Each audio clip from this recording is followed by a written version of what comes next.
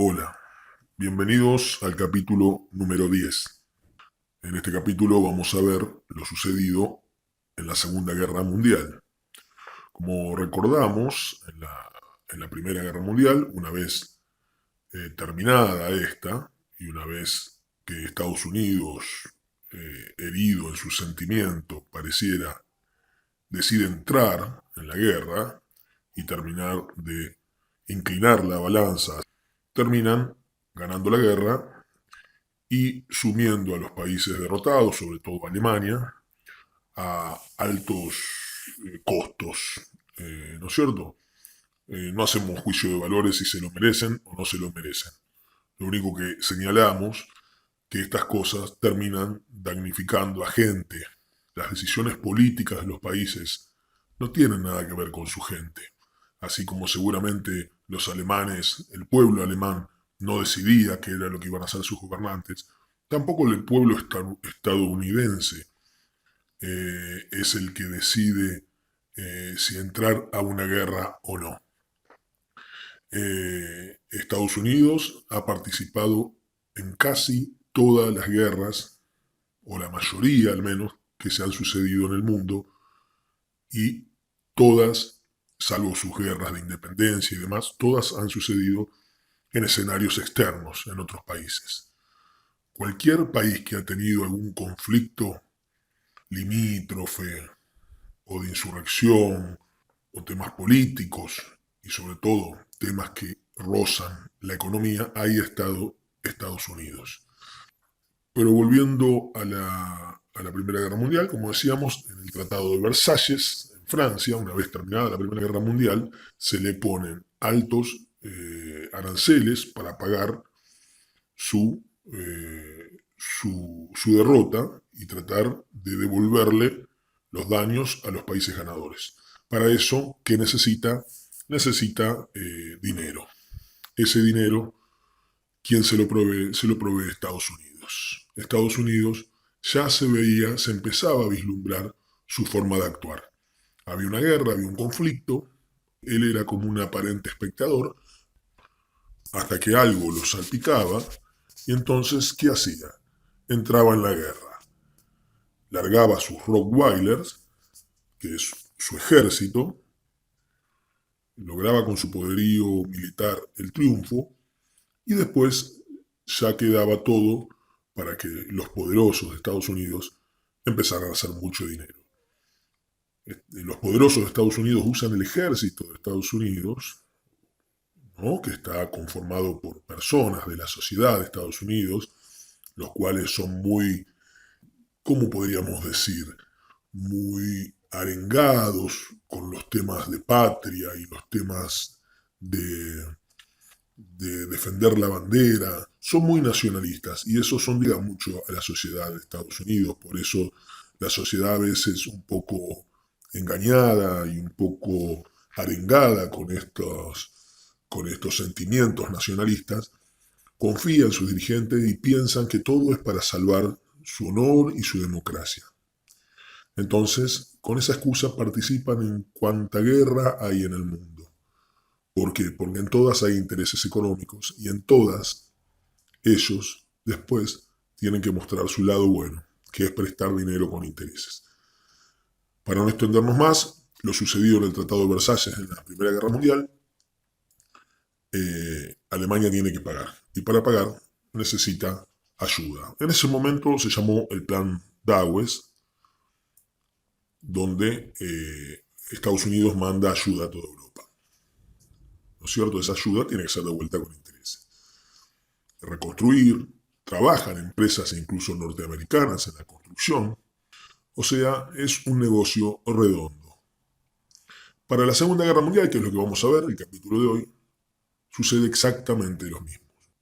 Comienzan las guerras por varios motivos. En este caso, Alemania, después de la Primera Guerra, había sido sumida en una miseria económica, social, y entonces el pueblo necesita de alguien que lo arengue, necesita de alguien que lo guíe.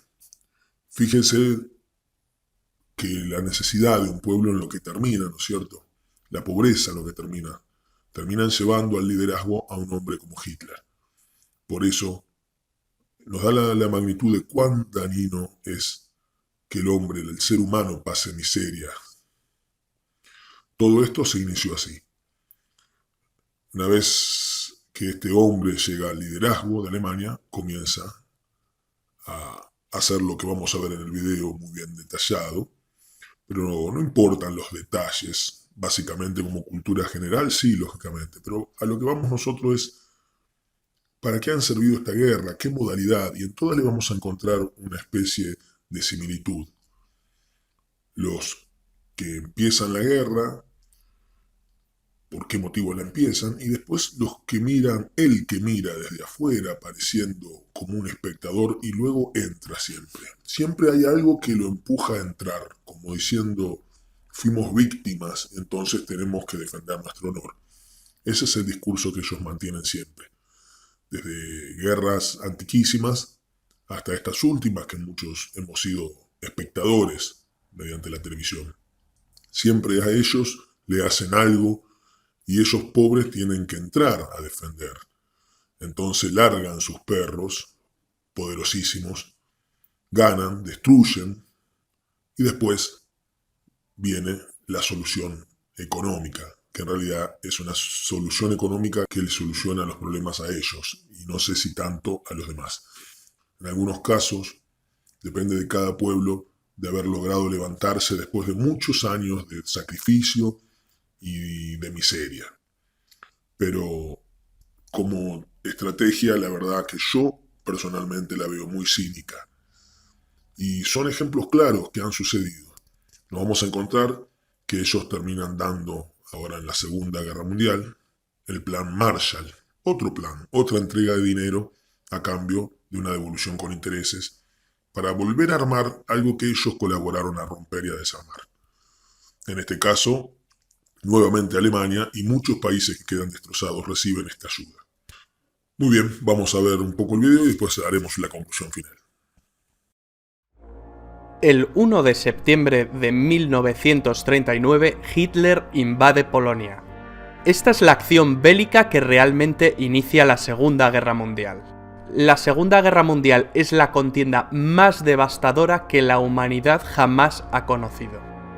Pero para entender cómo se llegó a este punto debemos remontarnos años atrás, por lo menos al final de la Primera Guerra Mundial. El Tratado de Versalles había puesto fin a la Gran Guerra, y la Gran Alemania había salido muy perjudicada tras perder territorio y serle impuestas desproporcionadas compensaciones que debía pagar a los vencedores. Los alemanes necesitaban de un líder que les guiara como pueblo, y que les hiciese recordar tiempos pasados. Por eso surge un tipo como Hitler, un pintor frustrado que supo canalizar la rabia y los anhelos de todo un país. Si se puede decir algo bueno de un villano como Hitler, es que era un gran orador y un maestro de la propaganda. Les habló a los alemanes de la superioridad de su raza y del camino que el pueblo debía seguir para engrandecer la nación. Hitler, a golpe de discurso, se erigió en el líder del Partido Obrero Alemán, transformándolo en el Partido Nacional Socialista Alemán, de ideas nacionalistas, supremacistas, racistas y un fuerte componente antisemita y antimarxista. En 1923, Hitler acabó en la cárcel tras un fallido golpe de Estado. En su encierro aprovechó para escribir el Mein Kampf, Mi lucha, libro desquiciado de escasa calidad literaria que acabaría siendo el evangelio del nazismo. Tras su encierro, Hitler volvió a la palestra política y acabaría ganando en 1932 unas elecciones con mayoría simple para alzarse como canciller de los alemanes al año siguiente. Nace el Tercer Reich, el tercer gran imperio alemán, en una coyuntura de crisis económica a nivel mundial. Rápidamente, bajo una apariencia de legalidad, Hitler establece un régimen totalitario liquidando las instituciones democráticas de la República de Weimar, mediante una ley habilitante. Se arresta a los diputados del Partido Comunista de Alemania y se los confina en campos de concentración. La persecución de los judíos por parte del nazismo se convierte en una política activa. El Führer hizo caso omiso de las obligaciones que para Alemania señalaba el Tratado de Versalles, creando un fuerte estado militar, con tímidas protestas de Francia e Inglaterra.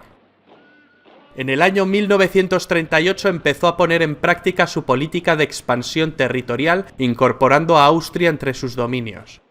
Ese mismo año, Hitler amenazó con desencadenar una guerra europea, a menos que los Sudetes, una zona fronteriza de Checoslovaquia con una mayoría de etnia alemana, fueran cedidos a Alemania. Para resolver el asunto se sentaron a hablar en Múnich alemanes, franceses, ingleses e italianos. A los checoslovacos ni les invitaron. El primer ministro británico Chamberlain y su homólogo francés, en un acto de tibieza y cobardía, ceden con tal de que la sangre no llegue al río. Mal calculado. Al año siguiente Hitler incumple su palabra y ocupa el resto de Checoslovaquia. Churchill criticó duramente a Chamberlain con la frase: «Hemos preferido el deshonor a la guerra, tendremos el deshonor y también la guerra». Y así fue. Para construir un gran imperio, los planes de Hitler pasaban por la anexión de Polonia. Polonia era un país surgido del Tratado de Versalles. Sus tierras antes habían pertenecido a Alemania, a Austria y a Rusia. A los polacos se les había concedido una franja de tierra para que el país tuviese una salida al mar Báltico a través del corredor de Danzig, partiendo Alemania en dos. Agosto de 1939. El comunista Stalin y el anticomunista Hitler, dos líderes totalitarios, sorprenden a medio mundo con el pacto Ribbentrop-Molotov, un tratado germano-soviético de no agresión. Dos enemigos irreconciliables firmaron no atacarse. 9 días después del pacto, Hitler invade la parte occidental de Polonia y 3 semanas después, los soviéticos se encontraban invadiendo la parte oriental. La invasión de Polonia hizo que por fin Inglaterra y Francia le declararan la guerra a Alemania. Alemania se tomó una pausa para reagrupar filas, mientras británicos y franceses se mantuvieron a la defensiva. Los periodistas llamaron a este periodo la Guerra de Broma. Los ingleses mandaron tropas a Francia para frenar a los alemanes, la Fuerza Expedicionaria Británica. Las tropas francesas e inglesas se parapetaron tras la línea Maginot, una línea defensiva construida tras la Primera Guerra Mundial que los franceses creían inexpugnable. Durante este periodo de calma, la Unión Soviética atacó Finlandia. No fue un paseo, ni mucho menos. Los soviéticos sufrieron innumerables bajas.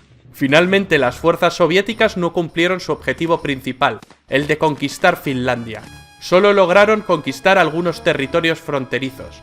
Hitler pensó que el Ejército Rojo era un ejército débil formado por infrahombres. El Führer, muy crecido por sus avances anexionistas y ante la pasividad de buena parte de los líderes europeos, mueve ficha constantemente.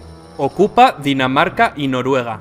Los alemanes finalmente acabaron con la Guerra de Broma en mayo de 1940, tras atacar simultáneamente Luxemburgo, Bélgica, Países Bajos y Francia. El método es el anteriormente utilizado en Polonia, la Blitzkrieg o Guerra Relámpago. Consiguieron meter sus tanques Panzer por un lugar que se pensaba impenetrable para un ejército mecanizado moderno. El bosque de las Ardenas.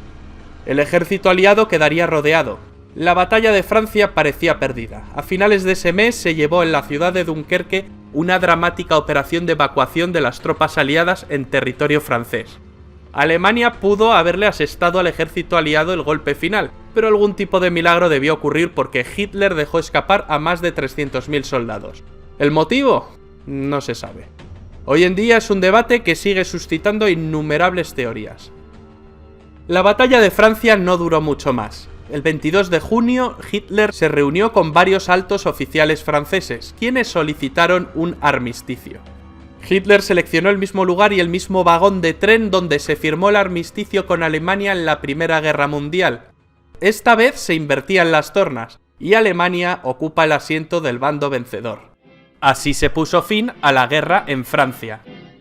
Francia se dividió en dos, una porción ocupada que incluía París y otra no ocupada controlada por un gobierno colaboracionista con sede en Vichy, presidida por el mariscal Philippe Pétain.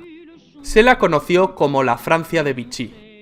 Charles de Gaulle inmediatamente se declaró en contra del gobierno de Vichy. y proclamó la Francia libre. Llamó asimismo a formar la resistencia francesa. Italia y Alemania, las dos potencias fascistas, estaban unidas desde 1936 en una agrupación que Mussolini denominó el eje Roma-Berlín. Mussolini, el líder del partido fascista italiano, viendo la facilidad con la que Hitler conquista países, siente que ha elegido el bando ganador. Se ha apropiado de Albania y se ha sumado a los alemanes declarándole la guerra a Francia e Inglaterra. Il Duce, emulando a Julio César, quiere ampliar más sus posesiones, ya que Italia, al igual que Alemania, había llegado tarde al reparto colonial. Sus planes pasan por conquistar Grecia y Egipto, pero Hitler tuvo que salir al quite para ayudar a los italianos, que más que una ayuda en la guerra suponen una carga. Los italianos no pueden con los griegos, pero llegarían refuerzos. Finalmente los alemanes invaden Grecia a través de Bulgaria. Mussolini luego atacaría las bases británicas de Egipto desde Libia. El objetivo era tomar el Canal de Suez, la puerta del imperio colonial británico. ¿Pero qué había pasado en Europa tras la derrota de Francia? ¿Qué fue de los británicos? Churchill, nuevo primer ministro tras la dimisión de Chamberlain, rechaza firmar un armisticio con Alemania. Hitler decide ir a por todas. Pero conquistar Inglaterra no será tan fácil por su condición insular. Los ingleses consiguieron defender heroicamente su isla en la batalla de Inglaterra, una batalla que se libró sobre todo en el aire, la Luftwaffe contra la RAF. Churchill pronunciaría otra de sus grandes frases: "Nos dejó muchas. Nunca tantos debieron tanto a tan pocos". Durante más de un año Inglaterra soporta la guerra en solitario. Los nazis bombardean durante meses las ciudades más importantes de Inglaterra. Hitler cree dominar la situación y se ve como claro vencedor. Pero los ingleses resisten y dan la batalla. A finales de año, Adolf Hitler se entrevistó con el general Franco en Hendaya, una localidad francesa que hace frontera con España. Hitler quería que España entrase en la guerra de parte de las potencias del eje. Al final no llegaron a un entendimiento. Franco estaba dispuesto, pero el país atravesaba una enorme crisis tras la Guerra Civil Española. España, si bien prestó apoyo logístico, optó por el papel de no beligerante. Hitler había logrado que Hungría, Rumanía y Bulgaria se unieran a las fuerzas del eje. Solo faltaba Yugoslavia. Un cambio de gobierno en este país precipitó su invasión en abril del año 41.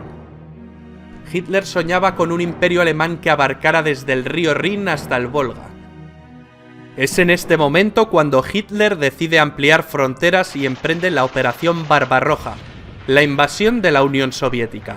La gran motivación era el petróleo ruso. A Stalin, antiguo aliado de Hitler, le pilla un poco por sorpresa. No se esperaba que Hitler rompiese su alianza tan pronto. La invasión se había demorado con la invasión de Grecia y de Yugoslavia. Finalmente, en junio de 1941, los alemanes movilizan entre 3 y 4 millones de soldados. En un primer momento, los alemanes ganan campañas y terreno con facilidad. En un mes, Bielorrusia y las repúblicas bálticas previamente ocupadas por la URSS estaban en manos alemanas. Hitler calculó que pocos meses de campaña bastarían para tomar Moscú, pero el crudo invierno llegó, y los ejércitos de Hitler se quedaron a las puertas. Lo mismo le ocurrió a Napoleón en su día. El eje Roma-Berlín se había ampliado en 1939 con la unión de Japón. Japón era el país más avanzado de Oriente, y quiere librar a sus vecinos, es decir, a las colonias europeas orientales, del yugo de Occidente. Asia para los asiáticos, era una frase común entre los nipones. Ya en 1931 empezaron la invasión de China, que continuó en 1937. Cuando Alemania ocupó Francia, Japón tomó el control de la Indochina francesa. Sobrevino un bloqueo comercial y un embargo de petróleo por parte del gobierno de Estados Unidos presidido por Roosevelt. La única salida que le quedaba a Japón era retroceder o ir a la guerra.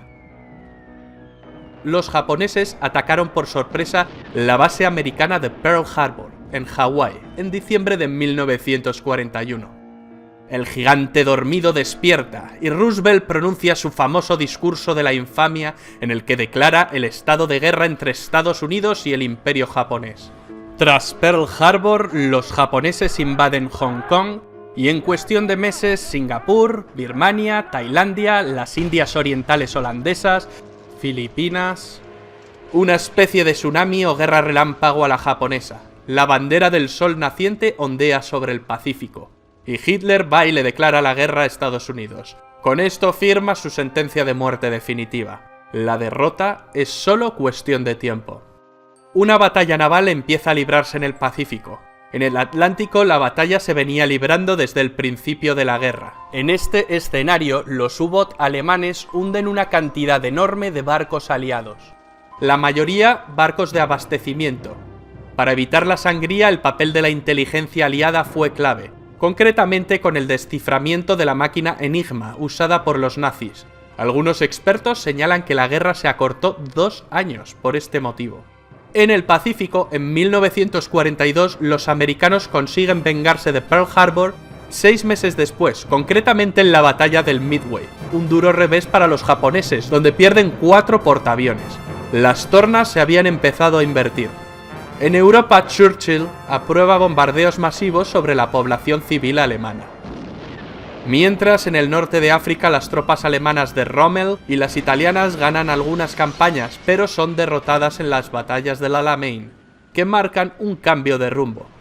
Los alemanes no consiguen llegar al Canal de Suez, y con ello el plan de Tenaza de ir a por las reservas de petróleo de Oriente Medio se desvanece. Los alemanes también planean conquistar los campos petrolíferos del Cáucaso. Es entonces cuando Hitler decide dividir sus fuerzas e ir a por Stalingrado, con el objeto de asestarle un golpe moral a Stalin, pues era la ciudad que llevaba su nombre. Mala jugada por parte del Führer. Aunque los alemanes conquistan buena parte del Cáucaso, sus tropas acaban retirándose, ya que su mirada estaba fija en Stalingrado. A principios de 1943, los alemanes se rinden tras la larga batalla de Stalingrado, la más sangrienta de la historia de la humanidad. La grave derrota de la Alemania nazi y sus aliados en esta ciudad significó un verdadero punto de inflexión, y fue decisiva en los resultados finales de la guerra. A partir de aquí, los alemanes ceden constantemente terreno a los rusos. En julio de ese año, los alemanes no consiguen frenar al ejército rojo en la batalla de Kursk, la mayor batalla de tanques de la historia. Ese mismo mes, los aliados bombardean Roma, lo que provoca gran desmotivación en los italianos. Estaban convencidos de que los aliados nunca bombardearían la ciudad santa. Además, saben que están perdiendo la guerra. Terminarían por renegar de sus antiguos aliados. Al poco tiempo deponen a Mussolini y lo arrestan. Duro revés para los alemanes, los italianos les han traicionado. El 4 de junio de 1944 los aliados llegaron a Roma y la liberaron. El 6 de junio un enorme contingente de tropas aliadas desembarcó en las playas de Normandía. Los alemanes, que ya retrocedían por el este, empiezan a retroceder por el oeste. El avance aliado es incontenible. No tardan en llegar a París. Cuando los aliados cruzan la frontera germana, los alemanes lanzan una desesperada ofensiva en las Ardenas, que no surte efecto. En el Pacífico las tropas niponas se desvanecen. Las acciones de los kamikazes solo retrasan la ofensiva estadounidense. En enero de 1945, el Ejército Rojo llega al campo de concentración de Auschwitz, Polonia, y libera a miles de prisioneros. La opinión pública empieza a conocer los horrores del Holocausto judío y su verdadero alcance. Más de 6 millones de judíos fueron asesinados por el régimen nazi. En febrero los aliados realizan el bombardeo de Dresde, uno de los mayores bombardeos sobre población civil de toda la guerra, resultando destruida casi toda la ciudad. En abril los rusos llegaron a Berlín y ganan la última batalla europea.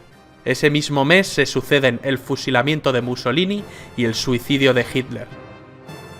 Finalmente la Alemania nazi se rinde incondicionalmente ante los aliados. Termina la Segunda Guerra Mundial en Europa, pero la guerra continúa en algunas zonas de Asia y Japón. Hicieron falta 2 bombas atómicas sobre Hiroshima y Nagasaki en agosto para rendir al incansable ejército del emperador Hirohito.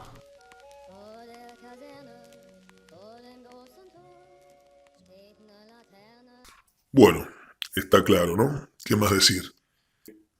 Esto sigue afirmando nuestra teoría, esto sigue demostrando que acá no se quiere inventar nada, sino que los hechos son los que los demuestran. Estados Unidos participa en todas las guerras o en casi todas las guerras que se han dado en el mundo. Podemos nombrar miles de ejemplos que no vienen al caso, pero de las últimas y más conocidas, la guerra del Golfo, contra Irak, Afganistán, después de las Torres Gemelas, y si nos vamos más atrás, Vietnam, Corea, acá en Latinoamérica, en Nicaragua, en Dominicana, en todo lo que es en la zona del Golfo Pérsico, en algunos casos con la modalidad de declarar la guerra de frente, país contra país, y en otros casos ellos fomentan como guerrillas internas, insurgentes, que se oponen a los gobiernos, siempre que ese gobierno no le sirva a Estados Unidos. Entonces genera como una guerrilla a la cual le provee de armas y estrategia para pelear contra sus mismos gobiernos.